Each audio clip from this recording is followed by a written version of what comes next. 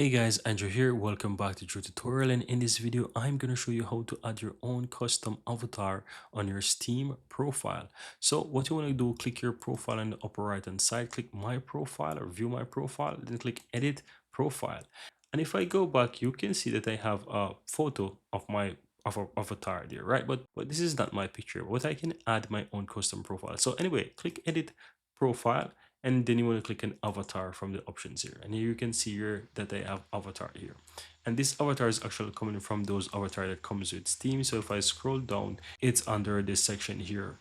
But in order to add your own custom profile picture, you simply want to click upload your avatar, and here you want to find that avatar. So let me find something. I think I have something in the downloads folder that I can choose from. So let me scroll all the way down, find this folder here, and yeah, I have this AI picture that I generated. But I can simply click that profile picture and I can upload it there, and as you can see, it starts to show the preview of the picture.